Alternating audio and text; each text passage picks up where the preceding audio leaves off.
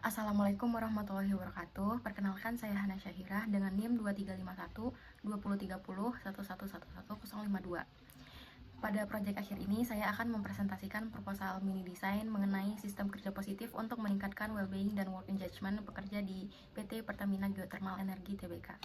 Proposal ini disusun berdasarkan hasil observasi analisis dan yang telah saya lakukan selama kegiatan magang serta dari pembahasan pada tugas UTS dan UAS sebelumnya. Oke, pada latar belakang, industri geothermal merupakan industri yang memiliki tuntutan kerja cukup tinggi baik secara fisik maupun mental. Dalam proses kerja, pekerja dituntut untuk mampu bekerja secara cepat, tepat, serta tetap menjaga keselamatan kerja. Selama saya melaksanakan magang di Geraha Pertamina, saya merupakan beberapa kondisi seperti workload yang cukup tinggi, intensitas rapat yang padat, dan adanya potensi kognitif overload pada pekerja. Selain itu, beberapa pekerjaan analytical thinking masih tertumpu pada sedikit pekerja inti sehingga berpotensi menimbulkan kelelahan kerja. Namun di sisi lain, perusahaan ini juga telah memiliki berbagai program positif seperti budaya HSSE, mentoring, wellness program, dan hubungan kerja yang suportif. Oleh karena itu, saya mencoba membuat sistem kerja yang bertujuan untuk meningkatkan well-being, work engagement, dan flourishing pekerja. Tujuan utama dari redesign ini adalah untuk menciptakan sistem kerja yang lebih sehat, suportif, dan berorientasi pada kesejahteraan pekerja. Redesign ini bertujuan untuk mengurangi beban kerja mental, meningkatkan work-life balance, mendukung work engagement, serta membantu menciptakan lingkungan kerja yang lebih positif dan produktif. Masuk pada aspek human factor, saya melihat bahwa workload dan intensitas rapat yang tinggi berpotensi menyebabkan cognitive fatigue pada pekerja. Oleh karena itu, solusi yang saya usulkan adalah perusahaan dapat membatasi meeting yang tidak terlalu urgent, menetapkan focus hours tanpa meeting, dan serta membatasi komunikasi kerja di luar jam operasional. Selain itu, perusahaan juga dapat memberikan mental health break agar pekerja memiliki waktu untuk melakukan recovery secara mental. Menurut saya, redesign ini penting karena ketika pekerja dalam mengalami cognitive overload secara terus-menerus, maka risiko human factor dan burnout juga akan meningkat. Kemudian, pada aspek layout kerja, saya mengusulkan adanya area kerja yang lebih ergonomis dan nyaman. Contohnya seperti penyediaan relaxing corner, wellness area, atau area stretching ringan untuk pekerja kantor. Karena sebagian besar pekerja kantor melakukan desk work dalam waktu yang cukup lama. Kondisi tersebut dapat menyebabkan kelelahan fisik maupun mental. Dengan adanya area recharge singkat, diharapkan pekerja dapat bekerja dengan lebih nyaman dan fokus. Pada aspek job design, saya melihat bahwa beberapa pekerja harus menangani workload yang cukup besar dan melakukan multitasking secara terus-menerus. Oleh karena itu, solusi yang saya usulkan adalah redistribusi workload secara lebih merata, seperti penyesuaian job description serta penambahan SDM pada posisi atau fungsi-fungsi yang kritis yang sedang vacant. Selain itu, perusahaan juga perlu memperjelas prioritas kerja agar pekerja dapat lebih fokus terhadap pekerjaan utama yang lebih atau yang paling penting. Strategi ketiga, untuk ketiga sendiri sebenarnya perusahaan atau Pertamina Geothermal Energi sudah memiliki implementasi yang cukup baik seperti adanya APAR, jalur evakuasi, training K3, dan first aid training secara rutin.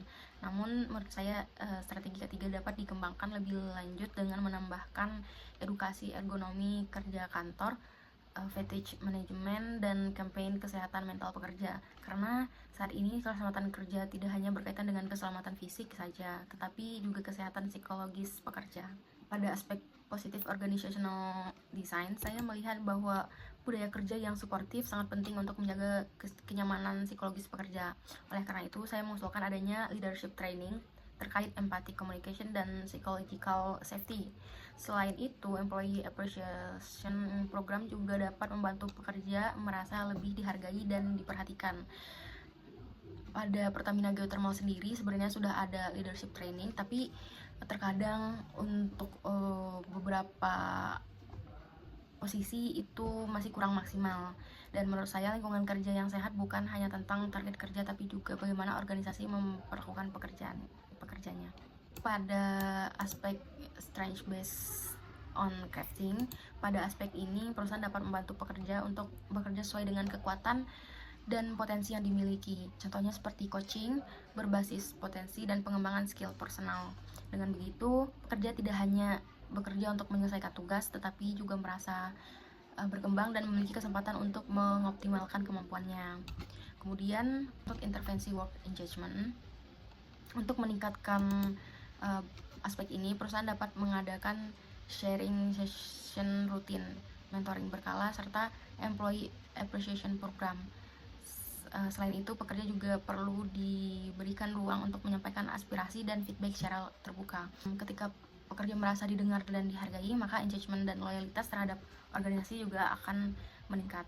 Pada aspek meaningful work strategy, perusahaan dapat memperkuat internalisasi green culture dan menjelaskan bagaimana pekerja setiap individu berkontribusi terhadap tujuan perusahaan dan keberlanjutan energi. Dengan begitu, pekerja juga tidak hanya merasa bekerja untuk menyelesaikan target, tapi juga merasa memiliki kontribusi yang bermakna terhadap organisasi dan lingkungannya. Pada aspek positive communication strategy, perusahaan dapat memberikan pelatihan komunikasi suportif bagi leader, serta memperkuat budaya saling membantu antar pekerja. Selain itu, komunikasi kerja di luar jam operasional juga perlu lebih dibatasi agar keseimbangan kehidupan kerja pekerja tetap terjaga.